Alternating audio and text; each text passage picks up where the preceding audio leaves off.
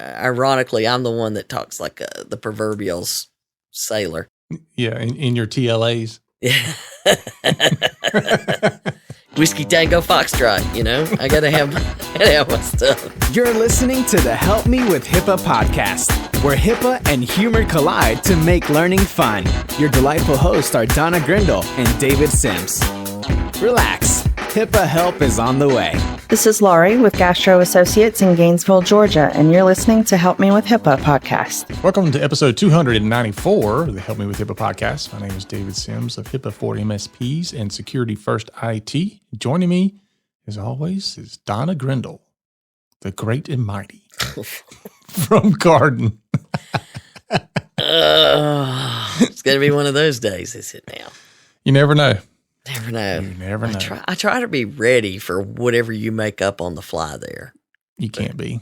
I can't. I'm not even ready for what I make up on the fly. You're one of those people, you learn what you're going to say when you open your mouth. Yeah, it's like, what? What did I just say? Cannot be held accountable for what I just did. You're trying to grab the words as they fly out sometimes. Yeah, I mean, that's kind of the way my whole thought process is. It's just like, you've seen people try to fish in the stream when the salmon are jumping up. I guess it's the salmon that do that. Salmon or salmon. My dad says salmon. Yeah. My wife says salmon. Actually, she's got to the point now where she refuses to say the word. She's like, grab that fish out of the refrigerator. I'm like, what kind of fish? I'm not saying it. And here you go saying it. Yep, salmon. I'm telling her. I do. I make fun of her so much that that's the way I say it now, poking fun at her. So yes, the salmon. Well, there we go. We've established yet again that you're in trouble with your wife. But here's how I discovered that she says salmon. You remember, I guess it's been a few years ago now, but you remember the guys that would video themselves doing the silly salmon thing? No, I've totally missed that. So it was some people that they called it the silly salmon. They would run like in a public place that had like a fountain or a pond or anything that had water near people. They would video it, and some guy would like run toward the fountain in front of everybody and dive in the air with his hands down by his side and flop like a fish until he went into the water. And they called it the silly salmon. And just, you imagine all these people just around the fountain, throwing their pennies in and hanging out with the family. And all of a sudden this dude out of nowhere just flying through the air, flopping and lands. And he would go running off a boat dock, people standing around, he'd flopping, in the air. It's hilarious, dude. Okay, I'll have to look it up. I'll take your word for it for now. And the people, and then there were probably more groups that did it than just the ones I watched. But what they would do is, it was as if they were walking along with their friends, and they would just call them out on it. Like you've seen the show where the four guys, yes, make Impractical Jokers. I love that. It was kind of like that, but it was just some kids filming stuff, and they'd be walking along talking about something, and then the guy would be like, "You got to do the silly salmon." And he's like, "Ah." And then he would just do it, clothes and all, just run and just fly through the air. It's so funny. But that's how I discovered that she says salmon, because she's telling me about this thing and she keeps saying salmon, salmon, salmon. I'm like, what are you talking about? I thought she was talking about some guy named Salmon. But anyway, yeah. So for those of you who's still here and not watching YouTube videos yet, today's episode we're going to be talking about PACS Images Exposed Part 2. Part 2. Yeah. So we had a conversation about this a while back. A year ago. Yeah. And it is coming back around. Well, I'm reading it and I'm like, is this the same from last? Wait a minute. So, sometimes when we say, hey, you should go look for this because it could be happening to you. And then a year later, people are announcing, we found out this was happening to us just a couple months ago. I have to talk about it. And you say, clearly not listening to the podcast. I need some therapy after I see that kind of stuff. Do you want to send them like a little podcast welcome package? We should create one. This could have helped you. Yeah. So definitely going to review what we said a year ago versus what's coming out now, which just says that what we said a year ago apparently is still going on. Yeah. This reminds me of the article you sent that I forget the exact title, but basically it was, how to avoid all the problems with HIPAA access rights. Mm-hmm. And, I think you already have that in the thing there, don't you? Oh, no, I didn't put it in there. You just didn't put it in there.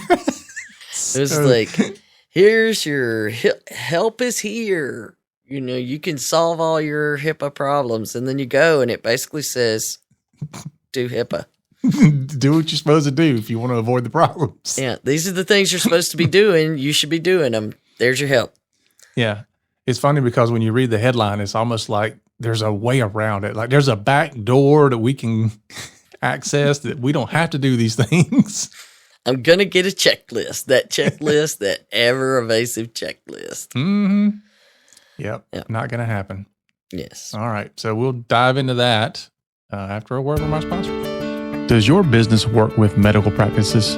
As a medical practice business associate, do you realize that if you have access to patient information, you have to follow the same HIPAA rules as your client? Call Carden today at 678-292-5001 so they can assess your privacy and security practices to help ensure you are protected and prepared. Visit cardenhq.com to learn more. 2/3 of small businesses that experience a cybersecurity breach end up closing their doors within 6 months. Cybercriminals are targeting your practice and coming after your most sensitive data. Visit us online and schedule a time to talk about what you can do to protect yourself, your patients, and your practice. Our website is securityfirstit.com. That's securityfirstit.com. All right, so we need to mention the HIPAA Bootcamp Virtual Edition August. What would that be considered? The fall edition, I guess? Yeah. It always confused me because my birthday's in August, and of course it's 150 degrees, and people be like, it's the fall. Because we'd sign up for like fall classes. Yeah. There's fall weather, and then there's fall calendar. That's it. That's like, it's not fall. I'm burning up. But anyway, the HIPAA Bootcamp Virtual Edition will be the second and final one of 2021. Will be August 17, 18, 19. The cart is now open. It will be when this is. Yeah, and as always, seating is extremely limited because we do a lot of one-on-one help and discussion. Yes. So if you want to know more about that, go to thehipaabootcamp.com for more. Yay. All right. And Donna has a great idea for this week. So in addition to our normal ask, which is leave us a review, she says it's a great idea to share. Share the podcast with one person this week. There you go. Come on, be a super spreader. Okay, that's a good one. And thanks as always to our donors. And now it's time to get into the HIPAA Say what? segment. So after last week, we finalized the podcast recording, go to our email, and it's like, are you serious? OCR waited till after the podcast recording to release the Sweet 16. Don't they know you have to do this on Friday morning so that we can get it into the show? I know. But, Severino's not there anymore. Close. Yeah. Roger didn't pass that memo along, I guess. That's when it needs to happen. So anyway, OCR settles the 16th investigation for HIPAA Right of Access Initiative. Oh, yeah. 16. Mm-hmm. So pay attention.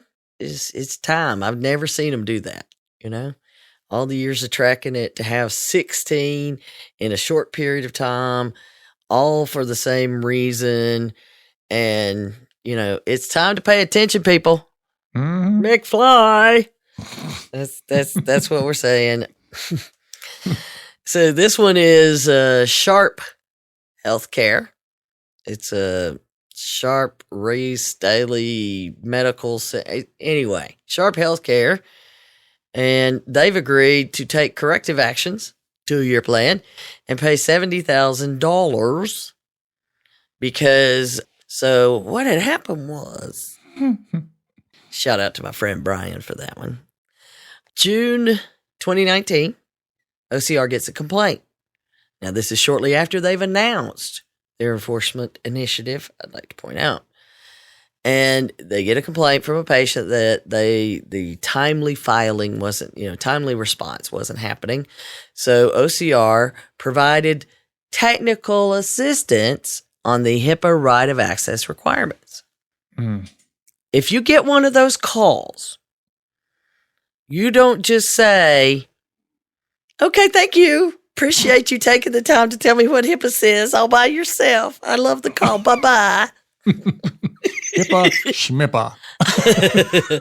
Well, I think a lot of times maybe they're like, oh, I know we're doing that, and they don't even go look. But I can assure you, if you've gotten the call, you better dig deep and look into the problems. Mm-hmm. So yeah. I always think this is so funny because as IT, we're always telling people the IRS isn't calling you, the FBI isn't calling you, Microsoft isn't calling you. All these things are scams, but then it's like, but OCR probably is calling. Well, they haven't learned to scam like that. I think that one time somebody started mailing something that looked like it came from them, and we should look into those people. Yeah, but I mean, certainly if you're getting a call and somebody says they're from OCR, I would pay it some attention. Now, if they're asking for something crazy like, we're from OCR and we need you to go out and buy a bunch of Amazon cards to pay your fine. Not so much. Or I need your bank information or something like that. Yeah, you might want to question it. And in today's world, don't think that couldn't happen. Mm-mm. They do it all. Yep. So OCR will not ask you to immediately stroke a check. These things can go on for a period of time, clearly because this started in June 2019. And then OCR got another complaint in August 2019. A second complaint still hadn't happened. So they start an investigation. They say, show me your records and tell me about this. And, then they go down that rabbit hole since August 2019. And they just announced in February 2021, which is why they will never ask you to stroke a check right now. Mm-hmm. August 2021, they finally have a resolution to this. And by the way, because of OCR's investigation, the patient finally got what they were asking for in the format to the place that they were asking for it, which is what was supposed to happen within 30 days. Which is why we're talking about them in the news, paying $70,000, and now OCR will be monitoring their program to make sure that they did it. And this is not what you're supposed to be doing. And so the OCR director quote, which you give a stat, Robin Sue, we got. Mm-hmm. And I don't even think she's Southern, which is, if there's a Southern name, that's a Southern name. Come on. Right? Yeah. We like to run them all together, but I don't even think she's Southern. But the last part, Frobezy, we don't know. We haven't heard it our own ears. Yeah. And you have tried to find the correct pronunciation. And yeah, I searched for the pronunciation, found two different ones. Yeah, so we don't know yet. Mm-hmm. We're hoping that we're going to hear her name pronounced somewhere else. Where well, I prefer to hear her pronounce it. Yeah. Because I found two different ones. Yeah, well, that's what I'm saying is I hope she's going to be speaking at a conference or something and we can, get that correct. HIPAA Summit coming up. I'm there. Otherwise, I'll just hit her up on like LinkedIn or something like, how do you say your name? Because I'm tired of butchering it on the podcast. By the way, listen. I may do that. Well, maybe that got passed down, but the other stuff didn't. So maybe that's the case too. So, she hadn't gotten into the quotes that we eventually hear from the directors. This is, let me just get something out there. But I got the quote in here somewhere. Hit us with the quote, David. So the quote, Patients are entitled to timely access to their medical records. OCR created the Right of Access Initiative to enforce and support this critical right. Ba-bam. Ba-bam. I mean, She didn't say ba-bam, but I did. Yeah, it's pretty clear. This is what they're trying to do. If you aren't paying attention to this, I don't know what else we can do, because clearly, we're doing our part. Mm-hmm. So we're telling people, and that's why we need you to share it with one person. Maybe it'll be the person that needs to know. That sounds like an information sharing initiative. I think it does. Where have I heard that before?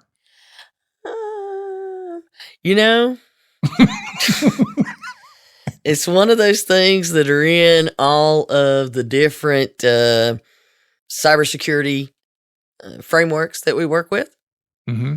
That, it's important today to be part of an information sharing environment somewhere, so that you hear about these problems, I don't know, like PACS images being exposed, in time to do something about them as soon as possible, or potentially prevent them.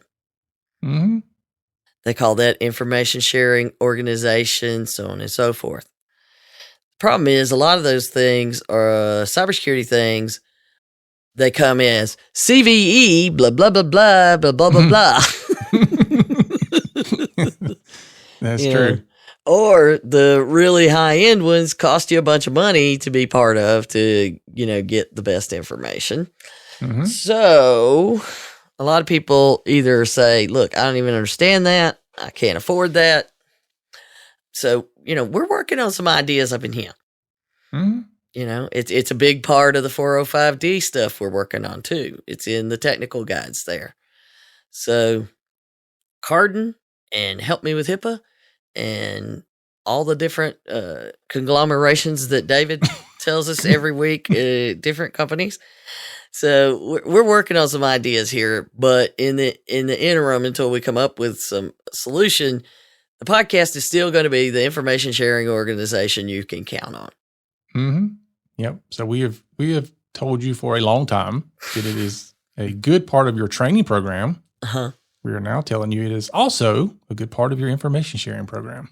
That's right. It's another thing for you to document that, you know what? I'm trying to stay on top of cybersecurity concerns. Mm-hmm.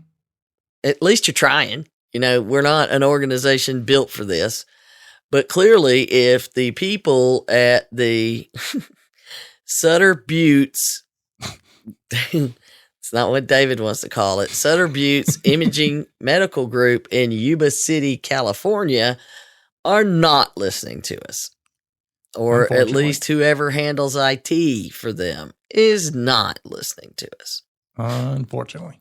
And their announcement, it says, I see the headline in the thing, I see the big PACS. It just came out February 17th. Okay. PACS flaws put data at risk for 18 months. California Medical Imaging Group describes data exposure. I said, that sounds familiar.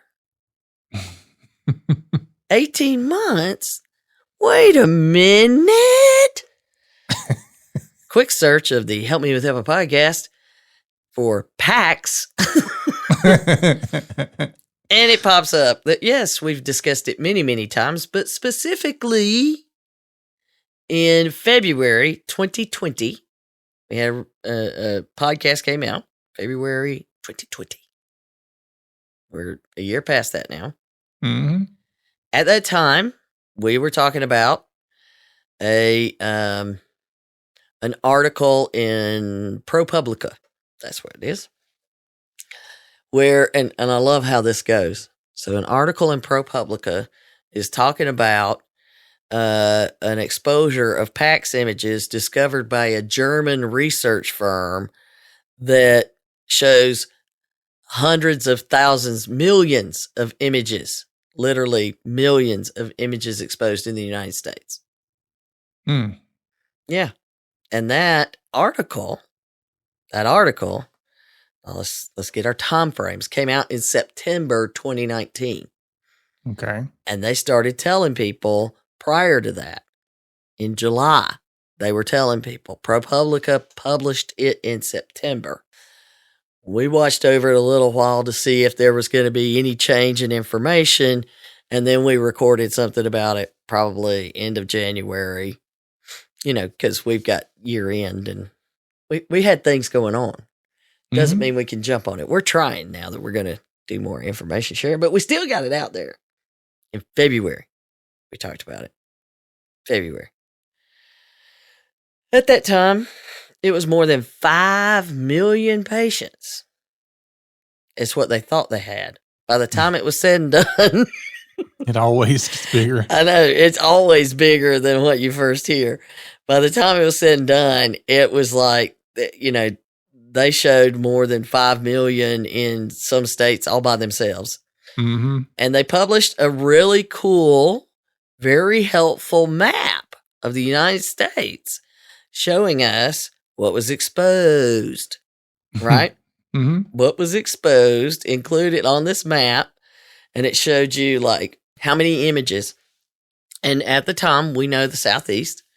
We always have to look, and particularly Georgia and Florida. and both of them had like little caution symbols because there were greater than 1 million. Oh, right? Goodness. Greater than 1 million in those 2 states alone. And California, where Yuba City, California, I will assume is, had 2 of those little caution signs. So that meant more than 10 million. Ooh. So if I had looked and I was, say, I don't know, an imaging company in California, I would have certainly said, let me look into this. Mm-hmm. But apparently nobody is advising the folks at Sutter Buttes because it learned, it's just so calm. They recently disclosed in December 2020 that it learned the PACS system had been vulnerable to hacking from July 2019 to December 2020. Mm. Wait, what?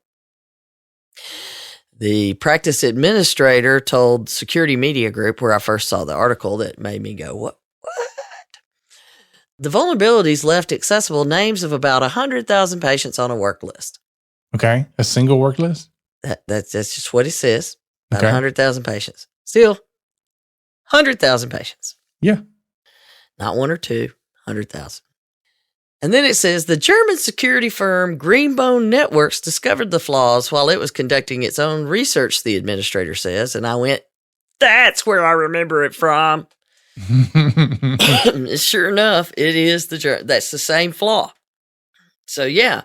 And the administrator of the practice is laying it all out like this is brand new news because it was to the administrator. Yeah, I was going to say, for them it was. It was brand new news. But here's the part that really got where, but at this point I'm reading the article kind of like, OMG and all kinds of other things that we want to keep our clean rating. So I'm not going to say them. As David's, ironically, I'm the one that talks like the proverbial sailor.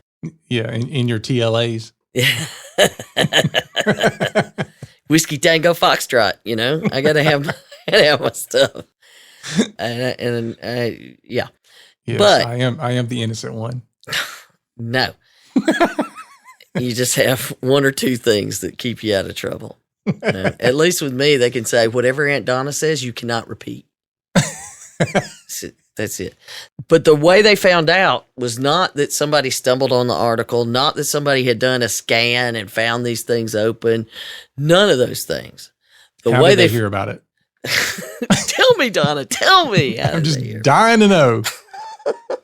They were alerted by the Department of Health and Human Services Office for Civil Rights. No way. Not a good way to find out. No. So, first of all, as we mentioned, you don't want to get that call in the first place. Mm-mm. And if you do, you better take action. So clearly they did. They said, what? Excuse me? Yeah. Isn't OCR one of them TLAs?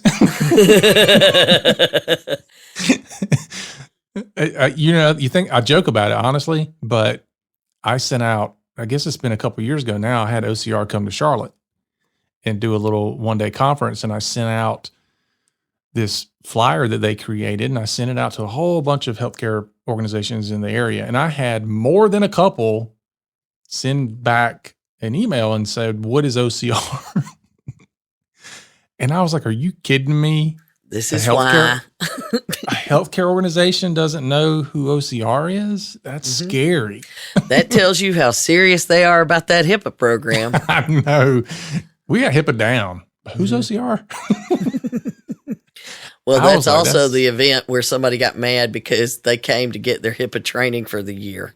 Yeah, that's Yeah, a whole different story. I think we covered it. But anyway. Yeah. So imagine it, and I don't know this group, but imagine a group that gets called and somebody's like, "I'm from OCR." They don't even know who OCR is. I know. So they're like, "Okay, whatever you say." Well, I'm But sure anyway. I'm from the Department of Health and Human Services Office for Civil Rights. Mhm. But at any rate, they did get the call. They did take action. Clearly, that's why we're hearing about it now. And good news. According to the article, they said they, quote, hired IT consultants to help bolster SBI's security controls. Okay. Which, if I'm reading between the lines correctly, probably means that they had not previously hired IT to bolster security controls. Well, and we've talked before about the difference between IT help desk and cybersecurity. Mm. And there's companies you hire that do IT help desk, but they don't do cybersecurity. And many of them don't know that they don't do cybersecurity. They think they do. It's becoming a bad problem in our Yeah. sector, unfortunately. Yes. That's a whole nother rabbit hole to go down. But so the question I had, obviously, is did they not have anybody?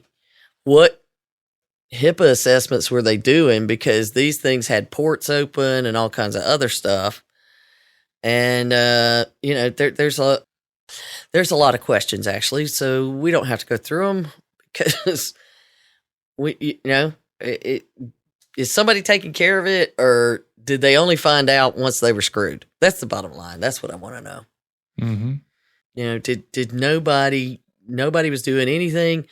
And my wonder is if OCR had to advise them of this, I'm going to lean towards an investigation, even before the greater than 500 breach. Mm-hmm. Well, we talk about this too, and I wonder if this plays into it, but we talk about how even when you hire IT, typically they're not coming in and managing medical devices. So They're not even looking at them.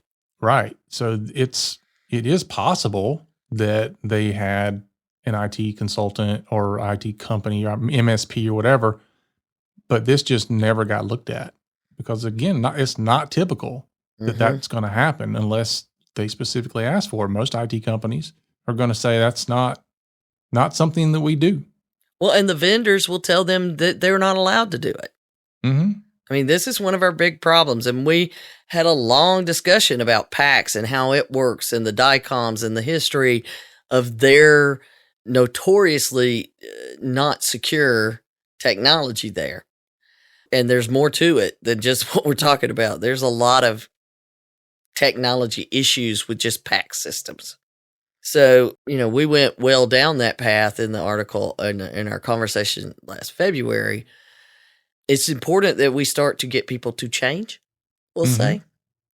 And at the time, we covered a letter had been sent by Senator Mark Warner. Sent a letter to Severino, the then director of OCR, saying, "What up?" Because I talked to some of these people and they told me, and I remember at the time we were both like, because apparently they told the senator that they had just passed a OCR HIPAA audit and were told they were in compliance with HIPAA. First of all, OCR doesn't tell you that. I'm just saying. And I wonder what this audit was. I mean, that what was it, a desk audit that they had gotten in 2019. We know they weren't doing desk audits. So somebody performed a risk analysis and they did a scan and ignored everything else. We both know what happened. But I went looking for his letter because his letter had some really good questions. I can't find any answers to it, but we also know that letter came out in, he did it in September. It always takes a couple of months. We know what happened. Just right before the beginning of 2020. We'll just leave it at that. We're just going to call 2020 the pit of I don't know. It probably happened to the same thing that happened to a lot of my emails that are in the other folder that never got read. They just got deleted. So we know, number one, these images are still exposed out there. We also know, there's literally thousands of providers. And when you find the images, you have to figure out what provider it is, track it down, do all this stuff. And OCR is not that they don't have a technology arm that tracks data breaches for you. They're not funded for that. Right. They let you know if they find this stuff, it's because somebody else is doing that work and giving it to them. That's not their job. Their job is to go, you need to fix this because we got a complaint, or show me the money. And the fact that they're telling them, that means somebody somewhere has tracked it down. Yeah. Maybe it's all of them somebody's looking at. And the thing about it is, if you have this technology in your business and you're not paying attention, I can tell you that the criminals absolutely are paying attention. Yeah. They're out there looking for these announcements to know that, guess what? That's an easy way in. Mm-hmm. If those are exposed, how can I use that as a beachhead to get to other things? And people are like, well, it's just an image and a name. No. Who knows what's on that image and what I can do with it? And at one time, there was a known issue with hacking those images to steal x-rays of lungs that were clear, because to get a passport, I think it was in China, you had to show that you didn't have TB or something.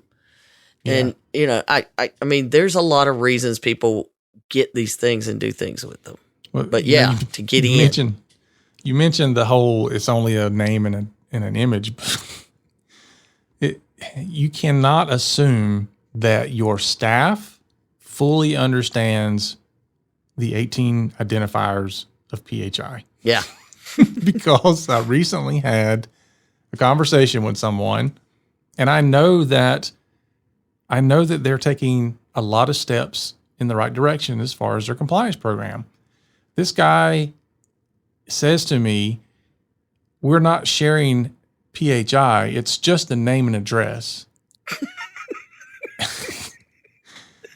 And I'm just, I'm literally slapping myself in the forehead. It's like, that is PHI.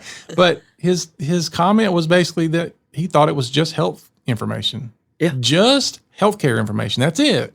Well, we've had people before in the boot camp that were surprised to learn the same thing. Because they said the stuff that's in the EHR is PHI. No.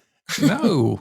That's just it. And the problem is when you look at step one, which is your assessment, but how do you know what to protect if you don't know what to protect? Exactly. You don't know where it is because you don't even know what you're looking for. Mm-hmm. You're looking at something completely different. So you have to have a basic understanding of what constitutes PHI or EPHI. You have to have that first before you know what you're looking for and how to protect it.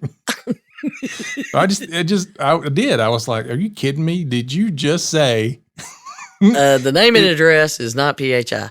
Yeah. Okay, but the name of the practice that and there's so many things. Mm-hmm. Many things. And it's like I tell people all the time, when you look at the 18 identifiers, scroll down to the 18th one. I always love to point that one out too. Yeah. Just scroll down to there and then we'll just stop there having a discussion. There you go. And people don't get the things like how easy it is to identify somebody. Mm-hmm. You know, that I always have them go, I think it's MIT researchers have done this, and they've done a couple of passes, and I seriously doubt it's gotten better. In fact, I think it's gotten worse on this little test that they do. Mm-hmm. But it takes voter rolls, which are freely available. You can get them, right? Voter roll.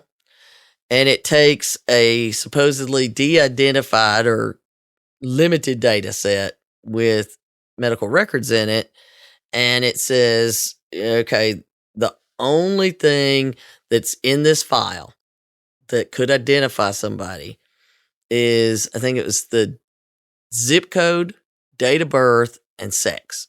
Oh, that's plenty. Mm-hmm. They just took the voter rolls no, I think it may have only been age, date of birth. Anyway, year of birth, something like very, what most people would say, that can't be a problem.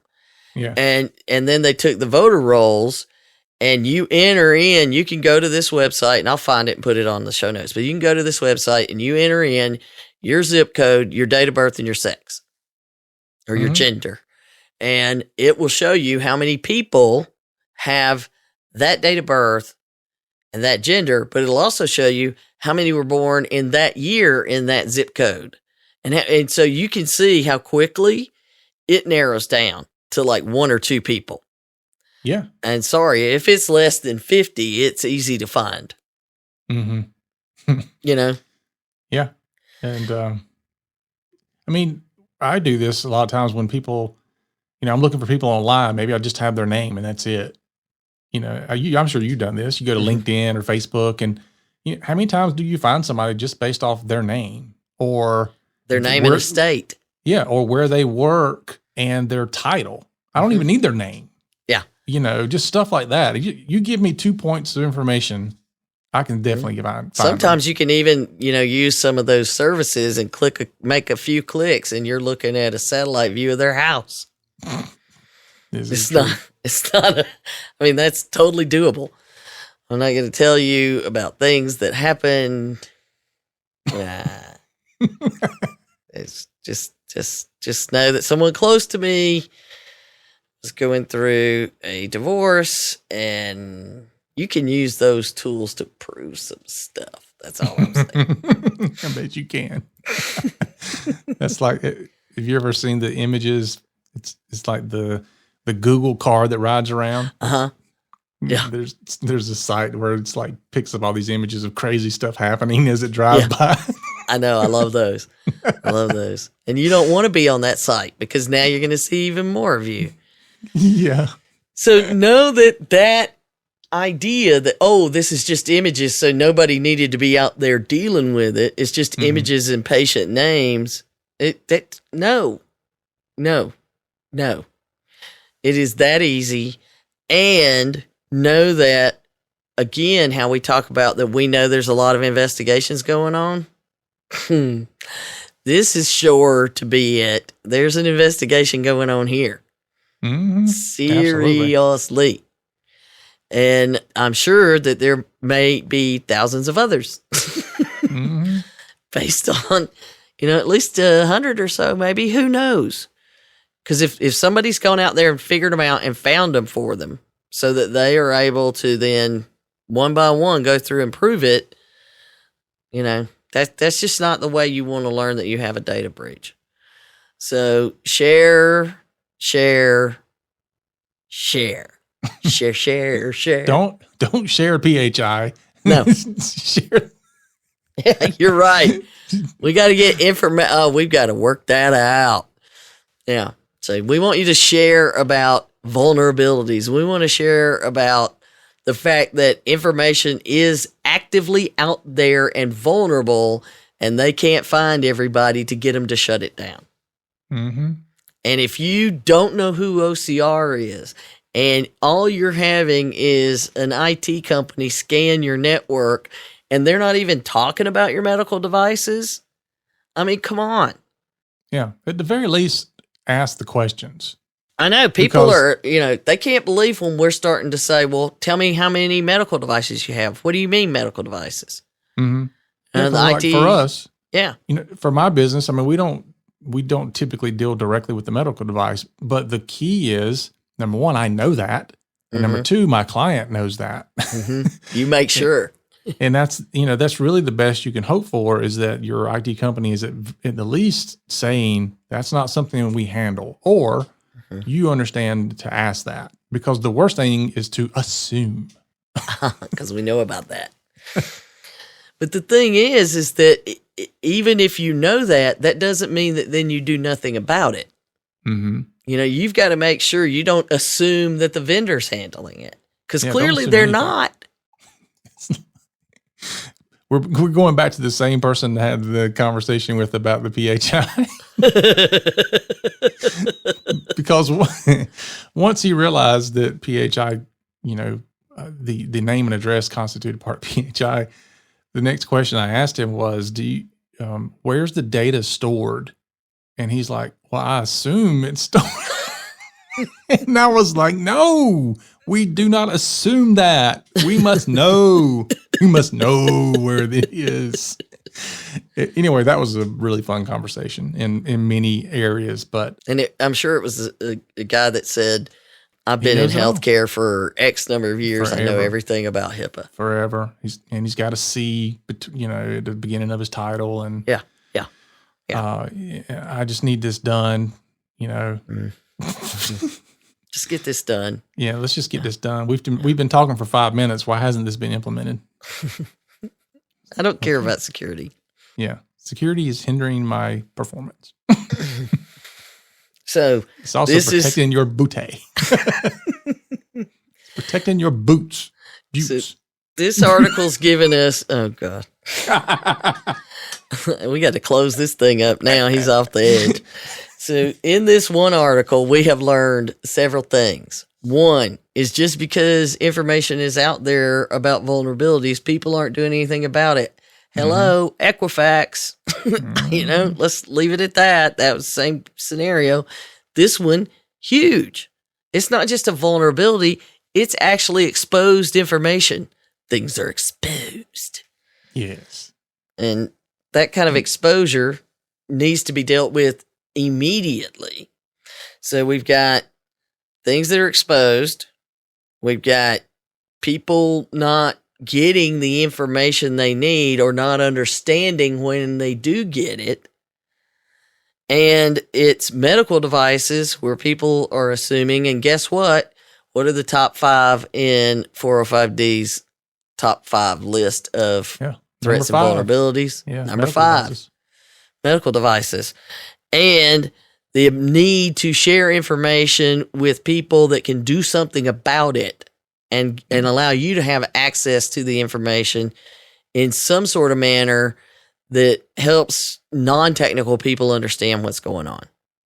Because all the sharing that's going on is cybersecurity to technical to, The MITRE attacks are awesome. If you ever go through and read some of those, the MITRE, and you read those little spreadsheets, first time I was a little intimidated, and then I finally go back in there and it's so cool to go in there, but you got to be a technical person.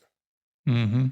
But they'll then publish, this follows this attack method and blah, blah, blah, and it's CVE, yet people got nothing. Mm-hmm. So share, learn, and don't ignore your medical devices, please. And if it's a PACS system, go right now, right this minute, and assume that it's hacked and everything's leaking out of it. Ooh. Yep. There you go. So there's your second warning. Maybe 3rd, 4th, or 5th. I don't know, but you don't want to learn it from OCR, that's for sure. Yep, that's true. Mm-mm-mm. Indeed. All right. So that is our show for today, folks. So remember to follow us and share us out. If you're gonna share anything, you might as well share us. Don't share your PHI. Expose us. Don't expose yourself. Don't expose germs. Yeah, there you go. Quit exposing yourself to the public, sending your stuff out there. Okay. We're at the end. We're at the end. Make it end. Make it stop. Hey, Carla. So anyway, thanks for helping us. And make sure you check out the HIPAAbootcamp.com if you're interested in the August session. Remember, for Donna and myself, HIPAA is not about compliance. It's about patient care. You've been listening to the Help Me with HIPAA podcast, hosted by Donna Grindle and David Sims. The show created to help you with HIPAA. For more information or to ask us a question, visit our website at helpmewithhipaa.com. Neither Donna Grindle or David Sims are attorneys, and they do not offer binding legal advice concerning regulatory compliance. The information in this podcast should not be relied upon or construed as legal advice in any way. Consult your attorney for legal advice concerning compliance with HIPAA regulations.